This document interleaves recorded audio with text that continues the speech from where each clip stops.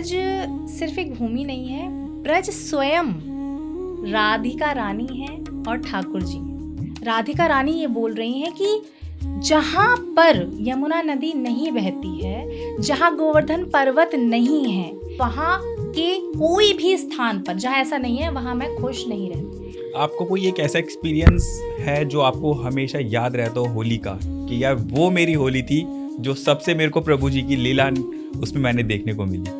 अगर वो सिर्फ और सिर्फ रील्स के लिए जा रहे हैं तो मैं तो यही कहूंगी कि बार बार रील्स के लिए जाइए, बार बार फोटोज के लिए जाइए। राधा रानी उनका हृदय परिवर्तन जरूर करेंगी। वृंदावन गए, रील बनाई, वापस आ गए, पर रास्ते में जब वो आए तो उनके मन में ख्याल आया कि कुछ तो मिस हो गया। और जब वो अगली बार गए तो उन्होंने ना रील बनाई ना कुछ बनाया, सिर्फ उन्होंने वृंदावन को जिया है। उस स्थान की महिमा को जान जाएंगे, क्योंकि ब्रज ऐसा ही है, वो आपको अपनी ओर खींचता है। वहाँ की हवा राधा राधा बोलती है, वहाँ का पानी कल कल करता हुआ कृष्ण कृष्ण कृष्ण कृष्ण बोलता है। तो ब्रज की मिट्टी, हवा और वहाँ के लोग, तीनों में से आपके लिए क्या सबसे ज्यादा इम्पोर्टेंट है? बरसाने की छोरी है, नंदगांव का छोरा है, जग जग हो रही है और ब्रज हो रहा है। मतलब कि होली हो रही है पूरे जग में। घेरे से पार्क जितना बड़ा वो घेरा बनाते हैं लकड़ी का, उसमें जलाते हैं आग, और एक इंसान, एक व्यक्ति उस पूरे आग को, पूरी चीज को पार करता हुआ जाता है। ब्रज में और कौन सा फेस्टिवल है जो लोगों को नहीं पता है और बहुत वहाँ का मेन फेस्टिवल होता है उनके? पर ब्रज में कई ऐसे स्थान हैं, वृंदावन के अंदर भी कई ऐसे स्थान हैं जो अछूते हैं, लोग अभी वहाँ गए नहीं हैं। एक बार अपनी बिजी लाइफ में से थोड़ा सा समय निकालकर आपको जरूर जरूर ब्रज 84 कोर्स करना चाहिए।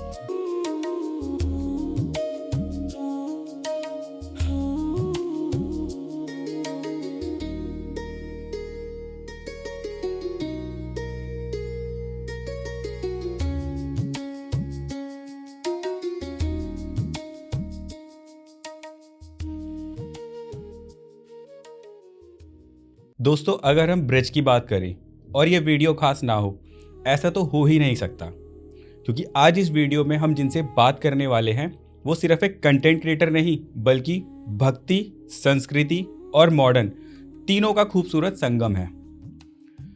जितनी इनकी भक्ति में सुंदरता है, उतनी ही सुंदर ये खुद भी है, और जो इंडियन कल्चर को अपने अलग ही अंदाज में प्रमोट भी करती हैं। मैं स्वागत करता हूं ऐश्वर्या जी का हम लोग पॉडकास्ट में। राधे राधे ऐश्वर्या जी, वेलकम टू हम लोग पॉडकास्ट। राधे राधे ललित जी, कैसे हैं आप? मैं बहुत बढ़िया, आप कैसे हैं? बस कृपा है राधा रानी की। आप ब्रज भूमि से बिलोंग करते हैं और ब्रज का नाम लाखों लोग लेते हैं। वहाँ ना जाने कितने लोग आते हैं देखने के लिए, वहाँ को एक्सपीरियंस करने के लिए। बट ब्रज भूमि आपकी नज़रों में कैसी है?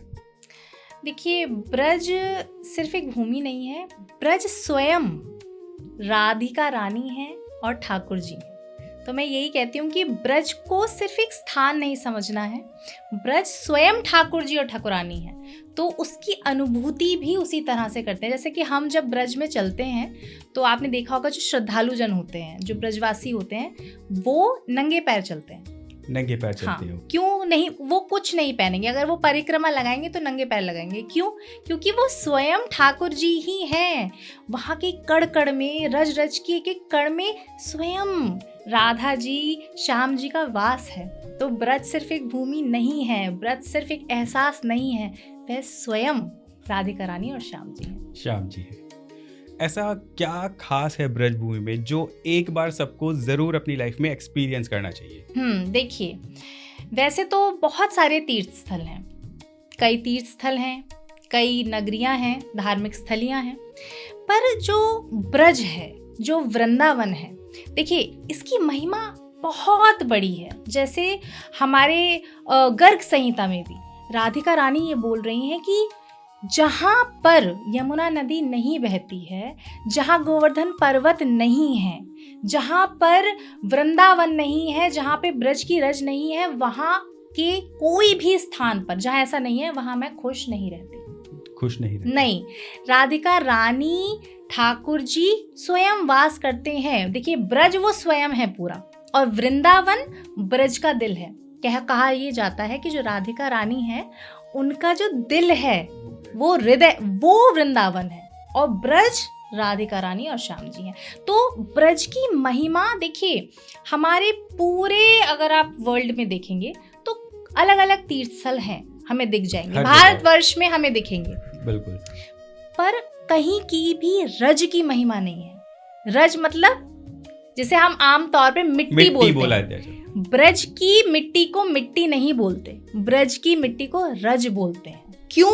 क्योंकि ब्रज की रज भी जो है वो इतनी अपरंपार है उसकी महिमा कि उसका बखान नहीं किया जा सकता। तो जिस स्थल की, जिस जगह की जो रज है वो भी इतनी ऊंची उसका पैमाना आता है, तो आप समझ लीजिए कि वो स्थल कैसा होगा। ब्रज में जैसे आजकल फोटो, सोशल मीडिया और एक टूरिस्ट प्लेस टाइप का बन गया है, आप इससे कितना सहमत हैं? देखिए, ब्रज आ रहे हैं आप, बहुत अच्छी बात है, टूरिस्ट की तरह आ रहे हैं, वो भी बहुत अच्छी बात है, श्रद्धालु की तरह आ रहे हैं, वो भी बहुत अच्छी बात है। पर जब आप ब्रज आ रहे हैं तो मैं सिर्फ एक ही मैसेज ये देना चाहूंगी कि जब भी आप ब्रज आएं तो उससे पहले, मैं ये तो नहीं कहूंगी पूरी महिमा जान के आइए, पर जितनी भी आप थोड़ी बहुत जानकारी लेकर आएंगे ब्रज के बारे में तो आप ब्रज को और अच्छी तरह एक्सप्लोर कर सकते हैं। देखिए, सिर्फ अगर टूरिस्ट की तरह आ रहे हैं, सिर्फ दर्शन करने आ रहे हैं, समझ में आ रहा है, आप ठाकुर जी के दर्शन करेंगे, बिहारी जी के दर्शन करेंगे, फोटोज बनाएंगे, वीडियोस बनाएंगे, इसमें कोई गलत बात नहीं है, सब बनाते हैं, मैं भी बनाती हूँ। पर महिमा क्या है उस स्थान की, वो जानना बहुत जरूरी है। और हर एक तीर्थ स्थल की एक गरिमा होती है, उस गरिमा को मेंटेन करते हुए, चाहे आप वहाँ टूरिस्ट की तरह आए या आप दर्शनार्थी की तरह आए या श्रद्धालु की तरह आए। आजकल यही है ना, पर ज़्यादातर लोग जाते हैं बस रील बनाने के लिए, ना उनको वहाँ की श्रद्धा से मतलब है, ना वहाँ जैसे आपने बताया कि रज में कितनी खास बात है उससे मतलब है। उनको जाना है अपने सोशल मीडिया के लिए, बस दिखाना है कि हम गए हैं। देखिए, सिर्फ सोशल मीडिया, वो तो देखिए ना मैं उस चीज़ को जज कर सकती हूँ, ना आप कर सकते हैं, ना दुनिया वाले। तो कौन से लोग वहाँ सिर्फ दिखावे के लिए जा रहे हैं, ये मैं कोई नहीं होती हूँ जज करने वाली, या कोई नहीं होता है, ये उनके खुद के दिल को पता होगा, उनके हृदय को पता होगा। पर अगर वो सिर्फ और सिर्फ रील्स के लिए जा रहे हैं तो मैं तो यही कहूंगी कि बार बार रील्स के लिए जाइए, बार बार फोटोज के लिए जाइए, राधा रानी उनका हृदय परिवर्तन जरूर करेंगी। तो वो 10 बार 11वीं बार, हाँ 10वीं बार 11वीं बार, मैं कह रही हूँ 21वीं बार भी अगर जाएंगे तो मुझे लगता है उस 21वीं बार जाने में वो सिर्फ रील नहीं बनाएंगे, फिर वो वाकई में उस स्थान की महिमा को जान जाएंगे। क्योंकि ब्रज ऐसा ही है, वो आपको अपनी ओर खींचता है। तो अगर आपको सिर्फ रील बनाने के लिए खींच रहा है तो बार बार जब आप जाओगे तो वो आपको उसकी महिमा बता ही देगा। बिल्कुल, ऐसा हमने एक एक्सपीरियंस देखा भी था सोशल मीडिया पे ही। वो भी एक सेम रील बनाने के लिए जाते थे और वो वृंदावन गए, रील बनाई, वापस आ गए। पर रास्ते में जब वो आए तो उनके मन में ख्याल आया कि कुछ तो मिस हो गया। और जब वो अगली बार गए तो उन्होंने ना रील बनाई ना कुछ बनाया, सिर्फ उन्होंने वृंदावन को जिया है। जी, तो यही तो महिमा है, यही तो अनुभव करने की बात है। रील्स बनाने जाओ, मैं तभी तो कह रही हूँ प्लीज बार बार रील्स बनाने जाओ, महिमा और गरिमा को ध्यान रखते हुए आप सब कुछ आपको एकदम समझ में आ जाएगा, आपके अंदर परिवर्तन हो जाएंगे। ब्रज की मिट्टी, हवा और वहाँ के लोग, तीनों में से आपके लिए क्या सबसे ज्यादा इम्पोर्टेंट है? मैं किसी एक का नाम ले ही नहीं सकती ललित जी। क्यों? क्योंकि जो ब्रज के अंदर जो कुत्ता भी होगा ना, श्वान भी होगा, वहाँ का जो शूकर भी होगा, सुअर भी होगा, छोटी सी चींटी भी होगी, मक्खी भी होगी, वो भी पिछले जन्मों में बहुत कोई इन्होंने अच्छा काम किया होगा, बहुत बड़े ऋषि मुनि रहे होंगे। वहाँ की जो एक बेल भी होगी, छोटा सा पौधा भी होगा ना, वो भी बहुत बहुत बहुत पुण्य कर्म करके आया होगा, तब जाकर उसको ब्रज भूमि मिली।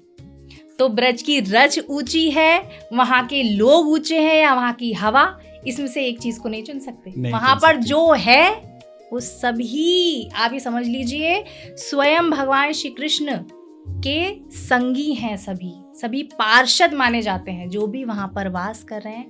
वहाँ की हवा, राधा राधा बोलती है, वहाँ का पानी कल कल करता हुआ कृष्ण कृष्ण कृष्ण कृष्ण बोलता है। तो वहाँ पर कोई एक चीज मैं नाम ही नहीं ले सकती, सब Means कुछ राधा रानी की तरह। वहाँ पर होना ही अपने आप में बहुत खास बात है बिल्कुल। और आसानी से नहीं मिलता किसी को। बिल्कुल आसानी से नहीं मिलता। देखिए, मैं ये कहूँ और वहाँ राधा, मतलब भाई राधा रानी की महिमा बताऊं, कृष्ण जी की महिमा बताऊं, ब्रज की महिमा बताऊं, मैं ये नहीं चाहती कि वहाँ भीड़ लग जाए, एकदम बढ़िया पॉपुलेशन आ जाए, नहीं।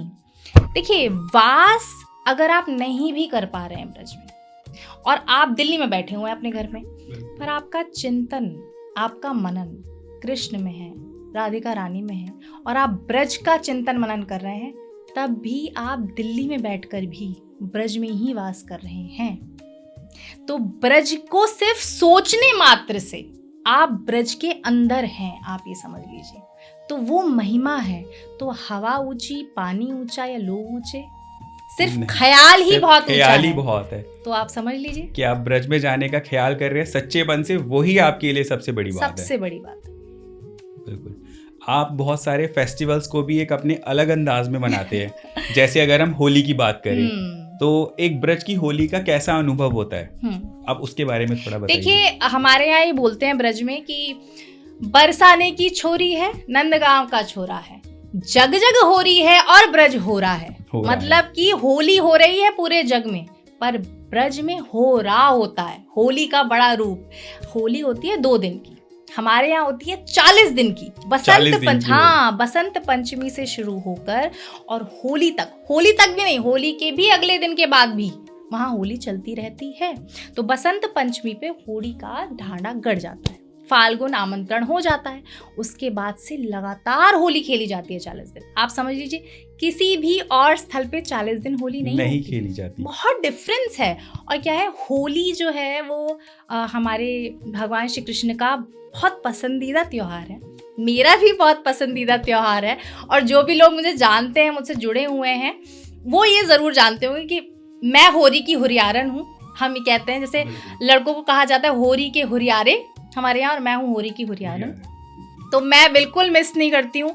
जितने दिन वो 40 दिन, मैं कोशिश करती हूँ ज़्यादा से ज़्यादा हर दिन होली खेलूँ, भगवान श्री कृष्ण के रंग में रंगूँ, राधिका रानी के रंग में रंगूँ। तो मैं यही चाहती हूँ। और हमारे ब्रज में अलग अलग जगह अलग अलग तरह की होली होती है। बहुत फेमस है ना कुछ होली, जैसे बरसाने की लठमार होली बहुत फेमस है ना, फूलों की होली बाके बिहारी जी की। उसके अलावा भी बहुत होलियां हैं, जैसे कि बरसाने में लड्डू मार होली भी होती है। लड्डू मार मींस लड्डू मारे, लिटरली लड्डू मारे जाते हैं बहुत सारे। और एक गांव है, ये बहुत कम लोगों को पता होगा, मैं बता देती हूँ, ये ज्ञान मैं आपको देती हूँ। गांव है ब्रज में फलान करके, फलान ओके। तो वो जो गांव है ना, जैसे हमारे यहाँ जब होलिका दहन होता है, होलिका जलाई जाती है, तो भाई जरा सी होलिका जलाई, लकड़ियां रख के उसके आसपास गोल गोल घूमे और काम लगाई और हो गया।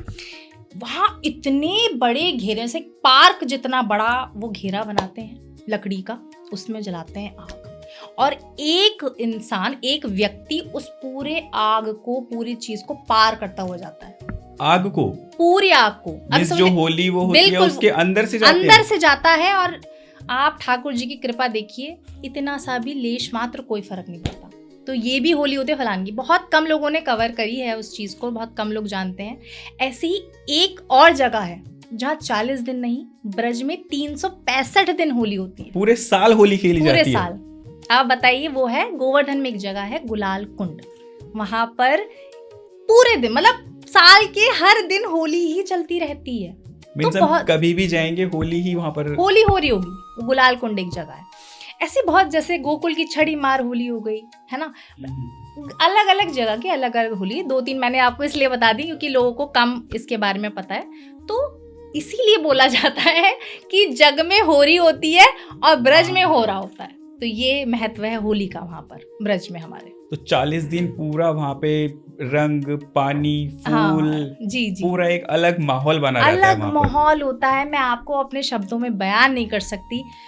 मतलब अभी मैं यहाँ बैठी हूँ आपके पॉडकास्ट में और होली की बात हो रही है, मुझे वही महक आ रही है, वही खुशबू मेरे दिमाग में चल रही है, और बिल्कुल एकदम रंग बिरंगा सा हो गया बिल्कुल आसपास। मतलब वातावरण ही अलग हो जाता है। मतलब खुशी के मारे हम एकदम प्रफुल्लित हो जाते हैं। और ब्रजवासी जो होते हैं, बहुत बहुत मान्यता है उनके लिए होली की।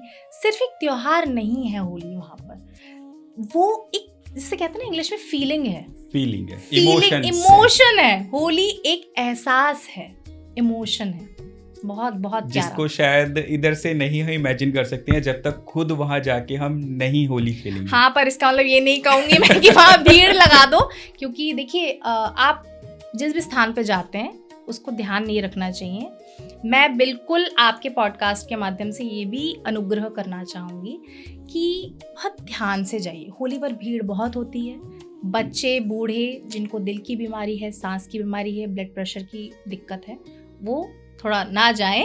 बाकी लोग अपने, भाई अगर देखिए क्या होता है, ब्रज की जो होली होती है ना, अगर आप में है उतनी हिम्मत खेलने की, वाकई में हिम्मत तभी जाइए आप। या फेस्टिवल जीने का अपना एक, हाँ मतलब जज्बा अगर है आप जज्बा, हाँ तब आप जाइए। वरना अगर कोई दिक्कत है तो प्लीज मत जाइए, क्योंकि बहुत भीड़ होती है, बहुत ज्यादा। तो देख संभाल के जाइए, पर एक्सपीरियंस जरूर करना चाहिए।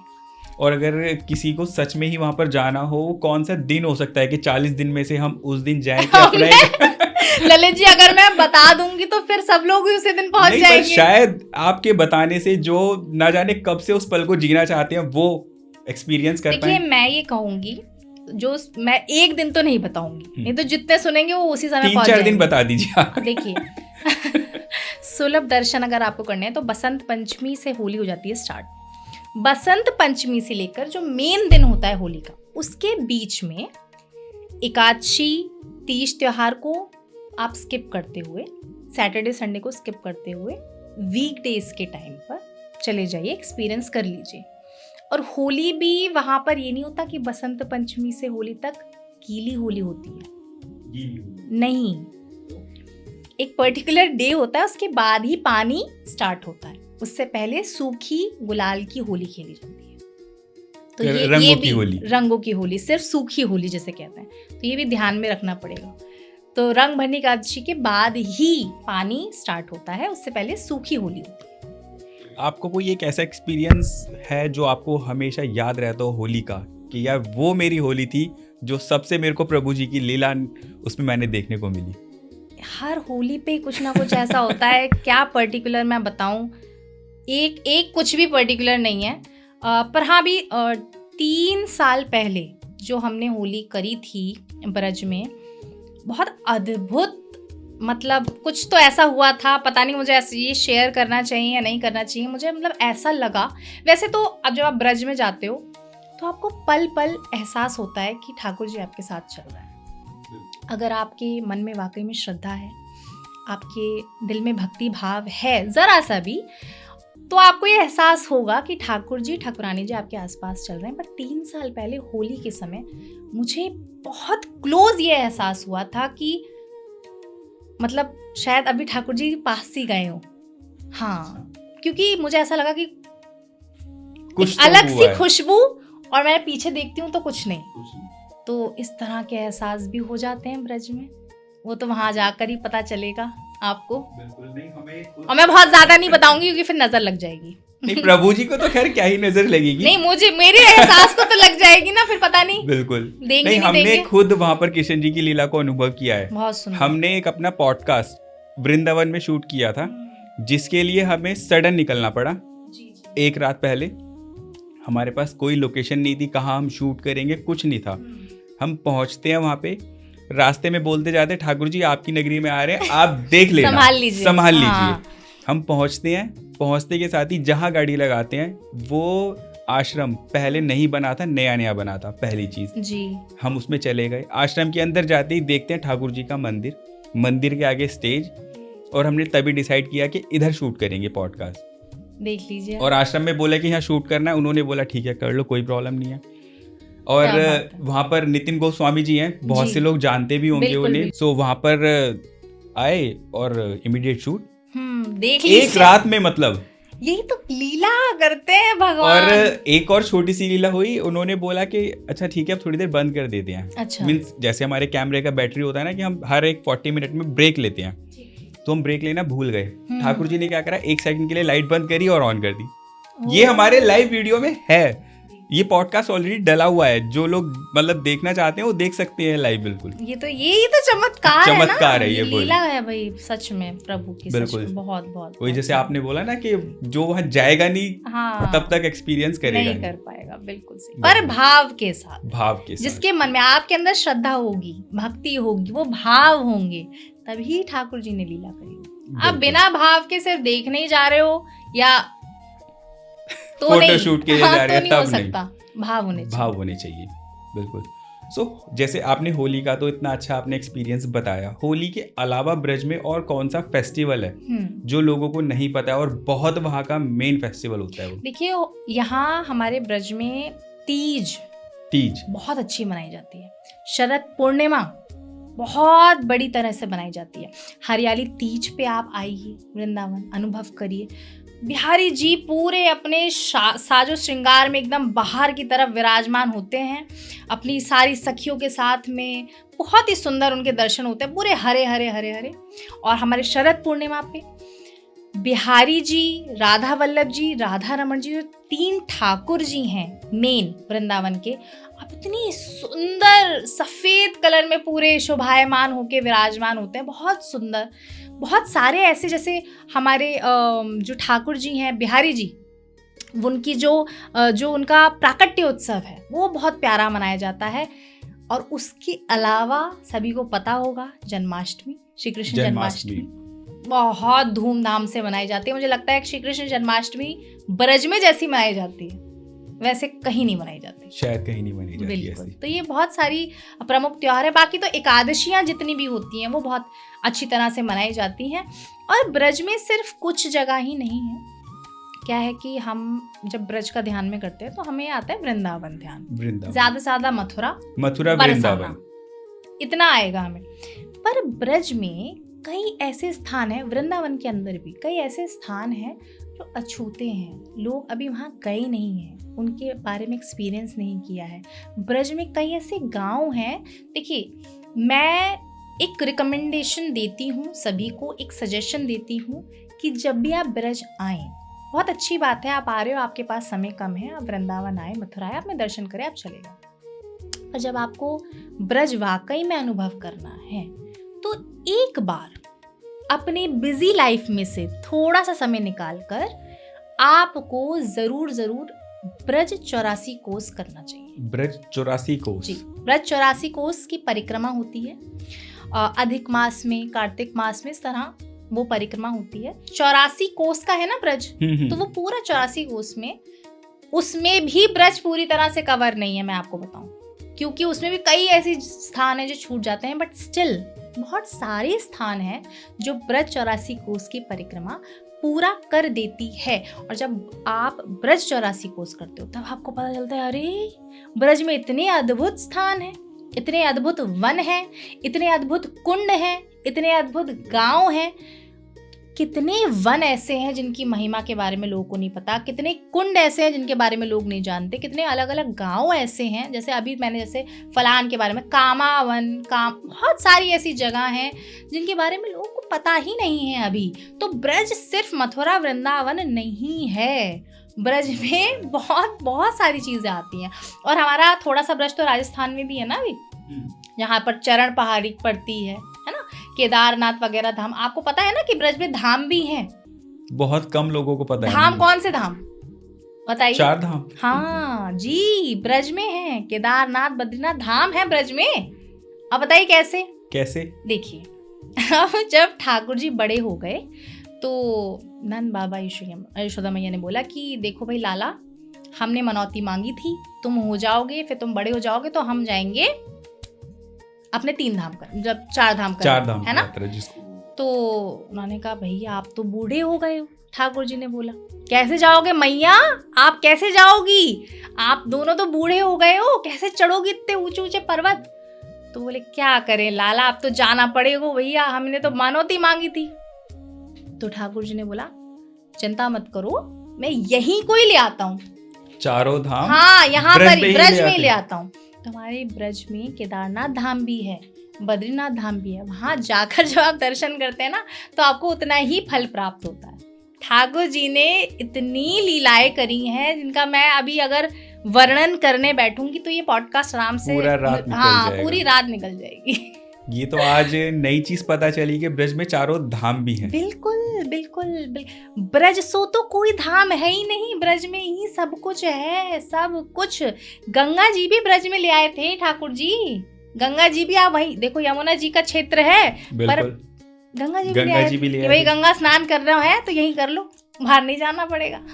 बिल्कुल, मीन्स ब्रज को समझना है तो वहां जाना पड़ेगा, उसके बारे में जानना पड़ेगा, ठहरना पड़ेगा, तब भी आप उसको एक्सपीरियंस कर पाएंगे, वरना नहीं। बिल्कुल नहीं। जैसे कहते भी है ना कि ब्रज की हर गली में एक कहानी है, बिल्कुल, हर गांव में एक जिंदगी बसी है। बिल्कुल, हर किसी को एक एज में आके समझ आती है कि हमें भक्ति करनी है, ऐसे करनी है।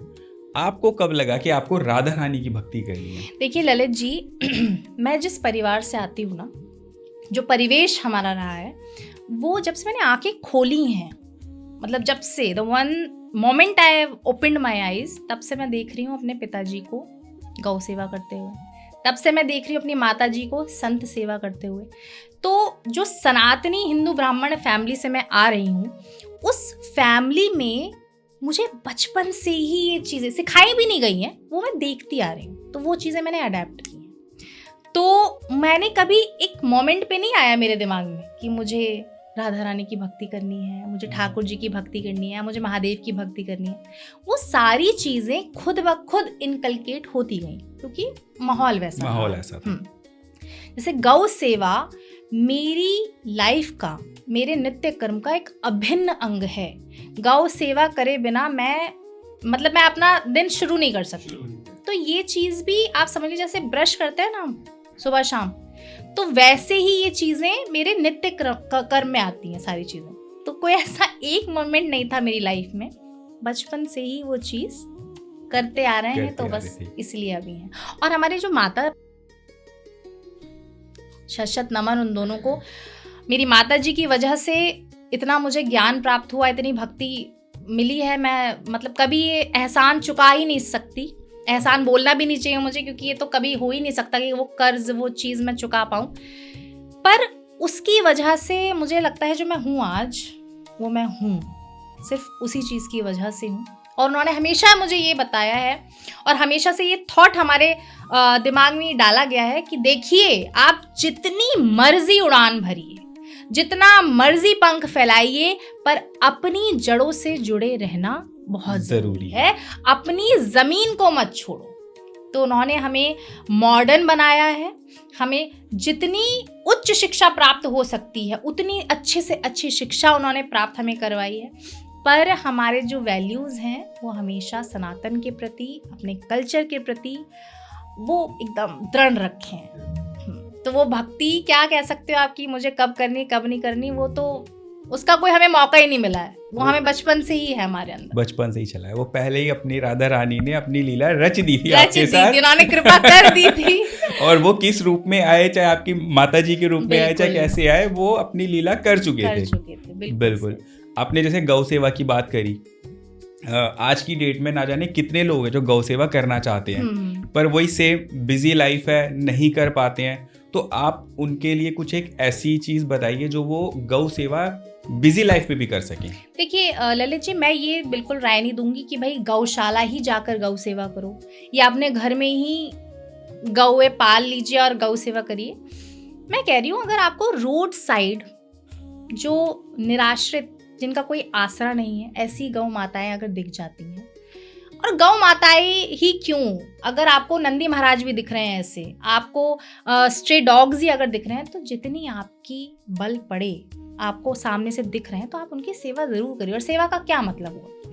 सेवा का मतलब ये नहीं हुआ कि 2-4 रोटियां खिला दी आपने और काम खत्म है आपका। नहीं, देखिए, आप देखिए उनको चोट तो नहीं लगी, आप उनको उपचार कराइए, आप देखिए कि वो ठीक तो है या नहीं है, साफ सुथरे हैं तो या नहीं है। देखिए, मैं रोज़ नहीं जा पाती हूँ गौशाला। मैं अगर रोज़ गौशाला, मैं ट्रैवलिंग करती हूँ, मैं ज़्यादातर बाहर रहती हूँ, काम के लिए ट्रैवलिंग करती रहती हूँ मैं। तो ज़रूरी नहीं कि हर जगह मुझे गौ मिल जाए। जिनकी मैं सेवा कर सकूं या गौशाला जा, तो मैं ये कोशिश करती हूँ कि अगर मेरी आंखों के सामने भी गौ माताएं आ रही हैं तो मैं उनकी सेवा कैसे कर पाऊंगी। उनको भाई मैं फल लेकर खिला पाऊंगी, मैं उनका अगर देख रही हूँ उनको चोट लगी है तो उनका उपचार के लिए उनको भिजवा पाऊँ। तो ये छोटी छोटी छोटी छोटी चीज़ें आप अपनी बिजी स्केड्यूल में से टाइम निकाल कर गौ माताओं के लिए कर सकते हैं। और देखिए कृष्ण जी को गाय बहुत प्रिय हैं। एक बार की बात है, यशोदा मैया ने बोला, देखो कृष्ण जी क्या बोल रहे थे, रो रो कर बोल रहे थे वो छोटे थे कि मैया मेरे खुर क्यों नहीं है, जैसे बछड़े के खुर होते हैं, मेरे खुर क्यों नहीं है, मेरे ये हाथ जैसे क्यों हैं, रो रहे थे बहुत। तो यशोदा मैया ने बोला, अरे लाला वो जानवर है, तू इंसान है, तेरे खुर कैसे होएंगे। तो फिर वो और रोने लगे, और तेज रोने लगे। तो अब नंद बाबा आ गए, बोले क्या हो गया लाला, क्यों रो रहा है। अरे मैया इनको जानवर कह रही हैं, ये जानवर नहीं है, मैं इनका दूध पीकर बड़ा हो रहा हूँ, ये जानवर नहीं है, ये मेरी माँ है। तो यशोदा मैया ने कान पकड़ के माफी मांगी, अरे लाला मुझे माफ कर दे।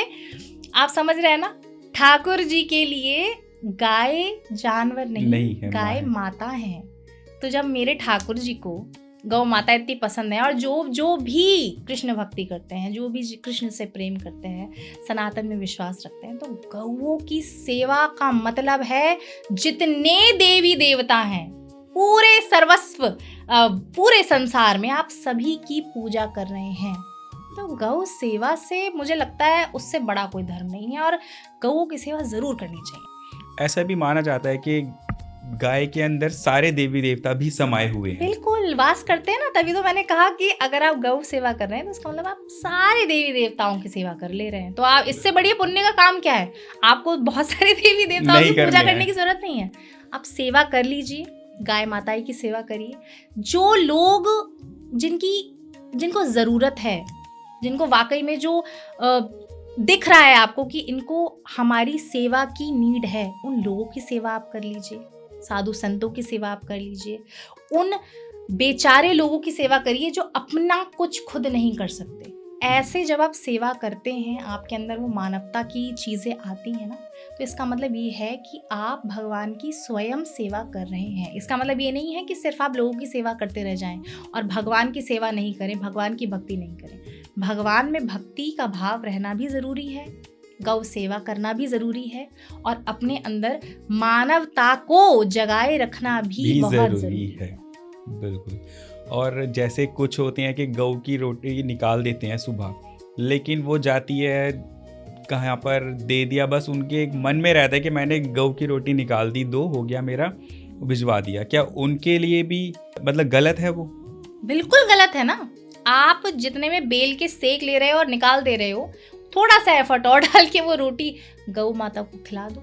ऐसा नहीं होता कि पेड़ा आपने निकाल दिया और वो सड़ रहा है फिर, या फेंक जा रहा है डस्टबिन में, फिर क्या मतलब निकालने जैसे का? 2-2 3 दिन बाद, जैसे अगर दिल्ली की बात करें तो क्या होता है कि 2 दिन की हो गई, गाय की रोटी निकाल के रखी हुई थी, 3 दिन बाद आया जो गाय की रोटी लेके जाता है, चला गया लेकर के। अच्छा, तो आप बासी खिला रहे हैं? बिल्कुल ऐसा होता है, इसीलिए मैंने आप बासी खा सकते हैं क्या, या आप माँ को आप अपनी बासी खाना खिला देंगे? नहीं। देखिए, अगर आप या तो आप तभी निकालिए रोटी जब वाकई में वो गौ माता के पास जा रही है, और नहीं जा पा रही है आप रोटी आपकी, तो आप जाइए चारा खिलाइए गौ माता को। आपको दिखता है निराश्रित रोड साइड जो गौ माताएं हैं, या गौशाला जाकर सेवा कराइए आप। पर ऐसे आप रोटियां या पेड़े निकाल के रख दे रहे हैं और वो 3 दिन बाद सड़के, देखिए नहीं, अच्छा खिलाइए ना, जैसा आपको लगता है अपनी माँ को खिलाना चाहिए वैसी गौ माता को खिलाइए। एक ही तो है, अलग थोड़ी ना है। अभी हम ब्रज की बात कर रहे थे, एक चीज मेरे दिमाग से निकल गई, अभी मैं पूछ लेता हूँ आपसे। ठीक है। ब्रज में बहुत सी जगह पर राधे राधे बोलते हैं और बहुत सी जगह पर हरे कृष्णा बोलते हैं, कोई डिफरेंस नहीं है। हरे कृष्ण का क्या मतलब है? उसमें जो हरे है वो राधा रानी ही है, कृष्ण स्वयं भगवान श्री कृष्ण। और राधे राधे बोलने का मतलब, जो हमारे कृष्ण भगवान है उन्हें सबसे अति प्रिय नाम क्या है? राधा। तो जब आप राधा बोल ले रहे हैं तो आप भगवान कृष्ण को ही प्रसन्न कर रहे हैं, सीधा सीधा। हरे कृष्ण बोल रहे हैं तो हरे कृष्ण में राधा रानी भी प्रसन्न हो रही है, कृष्ण भी प्रसन्न हो रहे हैं। पर जब राधे राधे बोल रहे हैं तो राधिका रानी तो प्रसन्न हो ही रही है, क्योंकि उनका नाम ले रहे हो आप। कृष्ण भगवान और अति प्रसन्न हो रहे हैं। दोनों चीजों में कोई भेद नहीं है। जब हमारे ब्रज में जो रिक्शे वाले भैया भी होते हैं ना, वो भी आपको ये नहीं अरे परे हट जा, इधर को हट जा, या घंटी बजाएंगे, नहीं, वो बोलेंगे राधे राधे। अच्छा। हाँ, अगर हटाएंगे भी आपको राधे तो राधे राधे बोलेंगे। मतलब एक क्षण भी, एक चीज भी, एक मोमेंट भी ऐसा नहीं रहना चाहिए जिसमें राधा रानी का नाम नहीं हो। मैं आपको बता रही हूँ ना कि ब्रज की रानी, ठकुरानी, महारानी सब राधिका रानी हैं। कृष्ण भगवान उनके चरणों में पड़े रहते हैं, उनके अधीन रहते हैं। आप समझ रहे हैं ना? बहुत भाई राधिका रानी की महिमा जो जान पाएगा वही इस चीज को समझ सकता है जो मैं भी बोल रही हूँ। तो अलग ही है उनका पूरा। हाँ, बिल्कुल।